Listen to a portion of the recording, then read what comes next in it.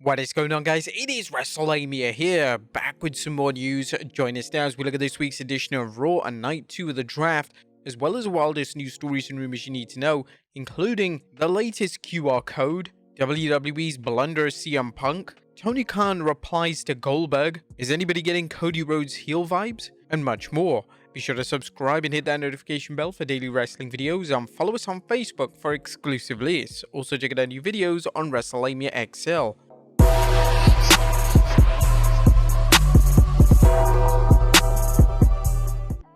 As always, we won't recap the show, but just look at the good, the bad, and the downright ugly. As always, we start off with the good as number 1, a colossal celebrity appearance. Celebrity appearances can be difficult to pull off, but last night the WWE scored a touchdown when it featured Super Bowl MVP Patrick Mahomes hanging out with Logan Paul and the Judgment Day. Doesn't get any bigger than this in Kansas City, and Mahomes' appearance made Raw seem like a major event. Number 2, decent draft picks. Last night's draft was a bit of a breath of fresh air after night 1 on Smackdown. Granted, night 1 of the draft was a complete dud, so anything would have been an improvement. Last night's draft featured some moves that hopefully will provide new directions for the LWO and the Final Testament, as well as damage control. With the LWO and the Final Testament, both groups have been bogged down in slow-moving feuds, so taking them away from Legado del Fantasma and the Pride is a step in the right direction. Throw in some bold picks for NXT, and Night 2 actually felt like something happened other than maintaining the status quo. Number 3, Dominik and Liv Morgan caught in 240p. But what is going on with Liv Morgan and Dirty Dominik Mysterio? A backstage interview saw Liv Morgan walking in the background, but what happened moments later raised eyebrows as Dominik Mysterio emerged from the same area. What were the two talking about? Or was Dominik dipping the pen in the company ink? Dirty Dom seems to be down low Dom as he's channeling his inner Latino heat and chasing after Liv. However, if something is happening, is Liv using Dom to get back at Rhea? Regardless of the motives, Dominik had better have his affairs in order, no pun intended, when Ripley returns. Number 4, CM Punk demolishes Drew on the microphone. A poor Drew McIntyre. He may regret signing a new deal with the WWE after being eviscerated by CM Punk last night. Not only did Punk play McIntyre by evading him on Raw, but he also demolished Drew on the microphone and promised to make Drew's life a living hell when he returns. Fans are already talking about how this is already one of Punk's best promos.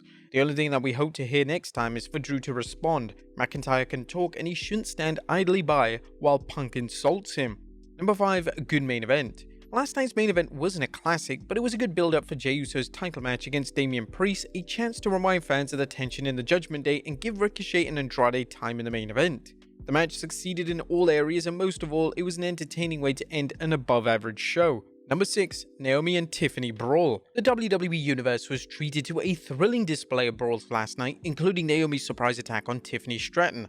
The ringside Donnybrook was a pulse-pounding way to build their match at Backlash France and provide Liv Morgan with a distraction to secure the win over Nia Jax.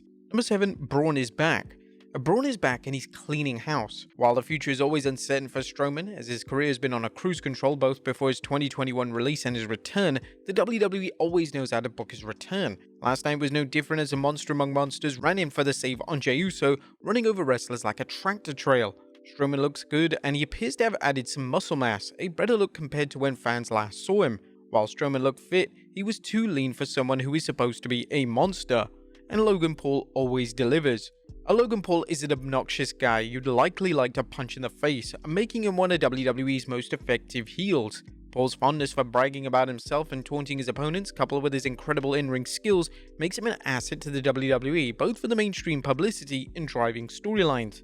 Last night's angle where Paul taunted Jey Uso and enlisted Patrick Mahomes' help worked well and helped set up last night's main event. But that was good. What about the bad? It's number 1, a weak build to Backlash. Now, the build to Backlash has been a little bit weak on the Red brand. If you look at the match card, only one of those matches is a Raw match, while 4 of them were Smackdown matches, so it could mean that the brand might be poorly represented. There is still time to add some matches, but at this point, it may not seem likely. Now, there was nothing downright ugly as Raw didn't have any major matches, but everyone was important and entertaining. The show also featured the usual hilarity when R-Truth shows up, with Truth telling his awesome Truth partner The Miz he couldn't believe that they could be drafted into the NFL and that Patrick Mahomes, the insurance guy, was at Raw. What would you guys think of Raw last night? Let us know in the comments down below. Now let's move on to the news.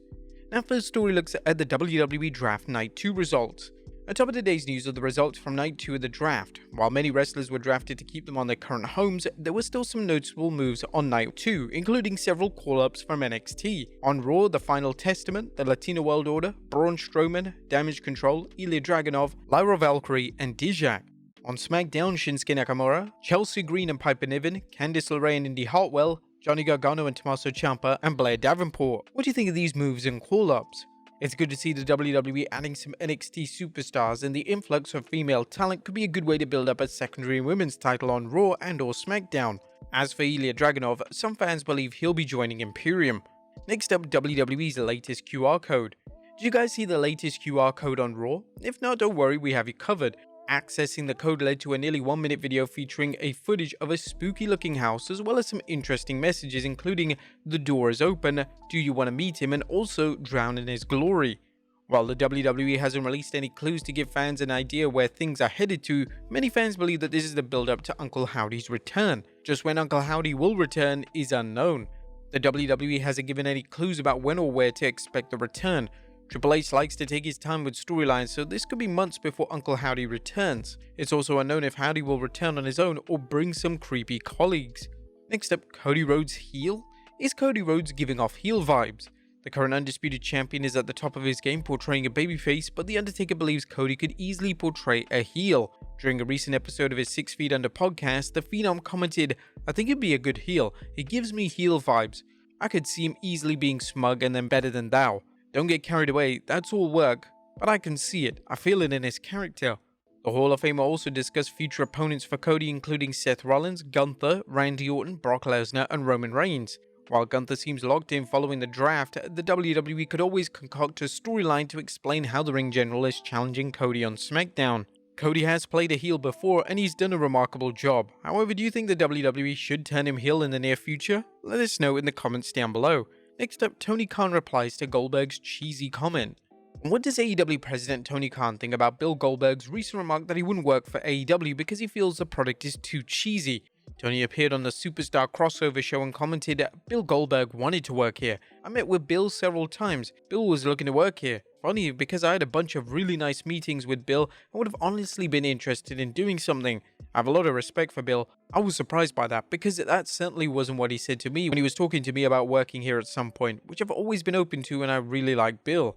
No word as to whether Tony is now trying to bring in Dwayne Gill as a suitable replacement. Next up, Shawn Michaels warns SmackDown superstars. What is the warning that Shawn Michaels has for SmackDown superstars about an NXT talent drafted on Raw?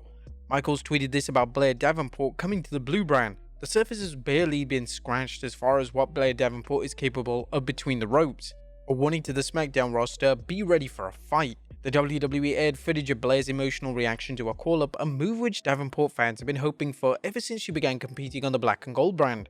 They've improved its booking of female superstars, and if Davenport gets an opportunity to compete and not play a background character, there's no telling how far she'll go. And finally, WWE's Blunder. Last but not least, did you know CM Punk is a Grand Slam champion? Well, Raw aired a promotional blurb where Punk was drafted to Raw in round 2 of the 2024 draft. Unfortunately, there was a blunder as Punk is a Triple Crown winner rather than a Grand Slam winner. The Triple Crown is awarded to any superstar who captures a World Singles title or a Tag Team title and one of the 2 WWE secondary titles, that is the US or Intercontinental Championship. A Grand Slam winner needs to have held both of the WWE secondary titles, and while Punk held the IC Championship, he did not hold a US title. And mistakes can happen for sure, but fans are quick to pick on things like this, so you can be sure that they'll let the WWE know about it. But there you have it folks, the wildest news stories and rumors you need to know, as well as our review of Raw. Be sure to leave your comments down below, and I'll see you next time with some more wrestling content.